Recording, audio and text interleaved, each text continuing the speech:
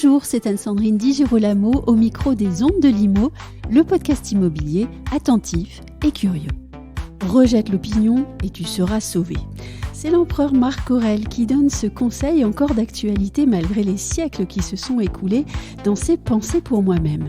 Rejette l'opinion, c'est-à-dire rejette les conjectures de toutes sortes qu'on te soumet constamment et fais-toi un avis personnel.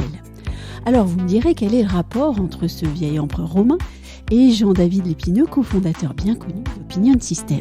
Eh bien, à mon avis, c'est le bon sens. Le bon sens d'un dirigeant à qui j'ai posé quelques questions, et en particulier celle de savoir comment un agent immobilier peut ou doit se démarquer des autres. Tout de suite donc, Jean-David Lépineux au congrès FNAIM 2022. Jean-David Lépineux, bonjour. Et bonjour. La période est difficile, alors on parle parfois de crise à venir pour les agences immobilières, encore que, est-ce que c'est vraiment une crise ? Bon, là n'est pas la question pour nous aujourd'hui. Dans ce contexte, est-ce que ne pas être un agent comme un autre sera l'unique moyen de perdurer et de survivre ? Alors, si j'avais à répondre à cette question, alors je suis pas en tout cas moi j'ai du recul sur l'immobilier pour l'avoir pratiqué pendant plusieurs années. Je dirais que ne pas être un agent immobilier comme les autres. Déjà une première chose, c'est de ne pas écouter surtout tout ce qui se dit. Oui. Voilà, je trouve ça incroyable. Moi, ça fait maintenant plus de 25 ans que je suis dans cette profession. J'ai pratiqué pendant 12 ans. Opinion System a 12 ans aussi. Et il y a une chose qui est assez indéniable, c'est que vous avez un effet levier d'un buzz qui part, où tout le monde va dessus, systématiquement.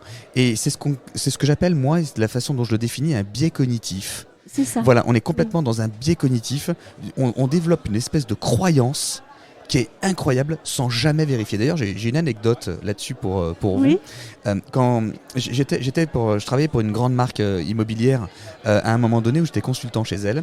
Et dans cette grande marque, il y avait Facebook venait d'arriver, on était en 2009. Facebook venait de sortir. Et les agents immobiliers se disaient, le réseau avait passé le message comme quoi en fait Facebook c'était la nouvelle révolution de la prospection. Et je me souviens être allé chez un agent immobilier qui me dit Jean-David, c'est fini, il faut que tu revoies les méthodes maintenant, même au niveau du siège. On passe par Facebook, on ne prospectera plus maintenant terrain, c'est que Facebook et c'est Facebook l'avenir. Okay, complètement dingue. Et il le croyait tellement. Oui, il le vivait. Et voilà, il le vivait. Et je lui disais, écoute, il faut revenir aux basiques fondamentaux. Oui. Et il faut conserver les basiques fondamentaux et additionner en fait les nouvelles technologies par-dessus. Et là, je repars en voiture et il me dit, tu vois, il dit, je vais te faire mentir. Il me dit, je viens d'avoir un contact Facebook. Il me dit, je te dis que c'est l'avenir. 2 mois plus tard, ce que je suivais, c'est les agences tous les 2 mois. 2 mois plus tard, je retourne chez lui, je lui dis, quel est ce contact ? Montre-le-moi.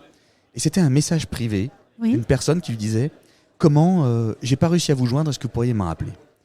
Et il n'avait eu qu'un seul contact Facebook. Mais le pire, c'est pas ça.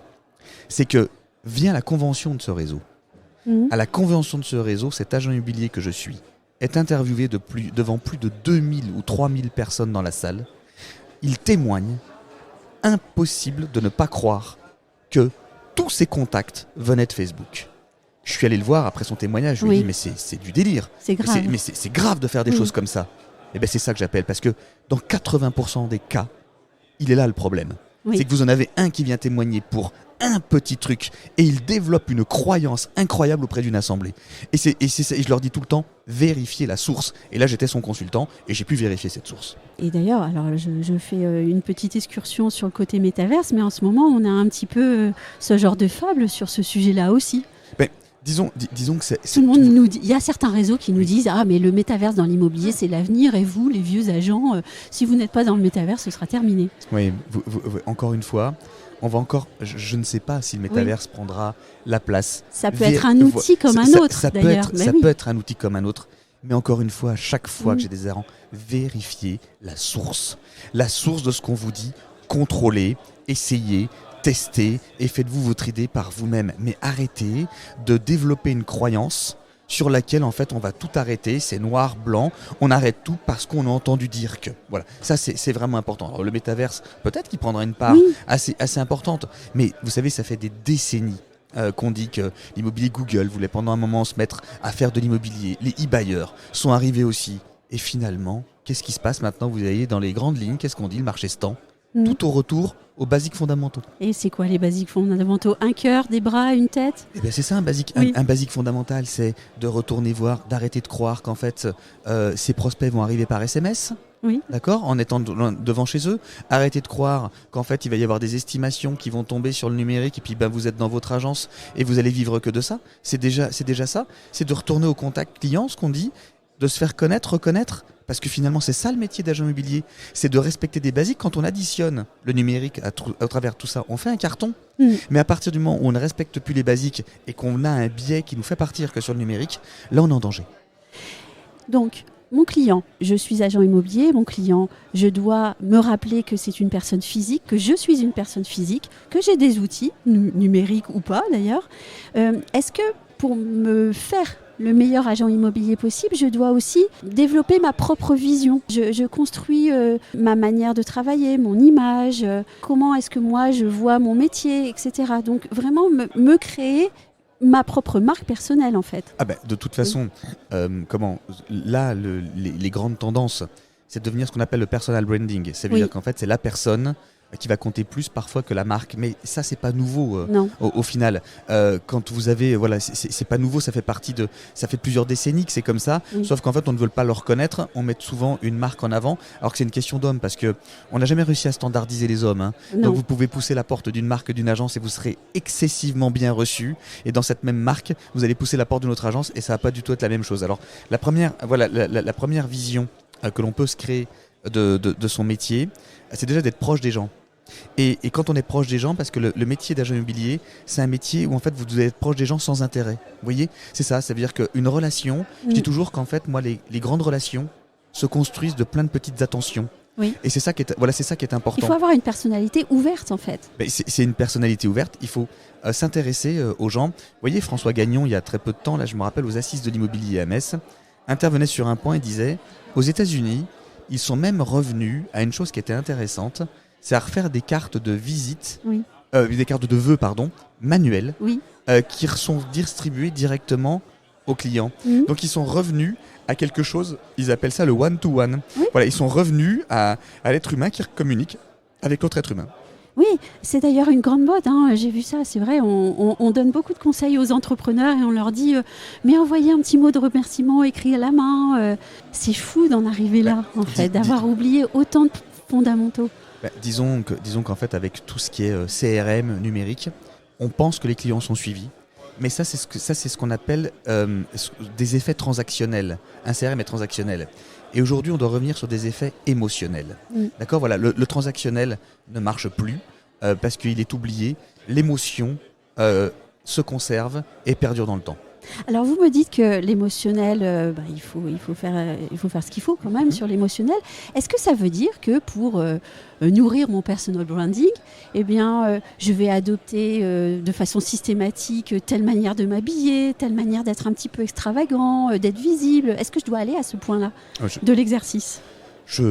Alors, à titre personnel, je ne pense pas. Je ne pense pas qu'il faut être extravagant. Je pense juste qu'il faut être bien avec les gens.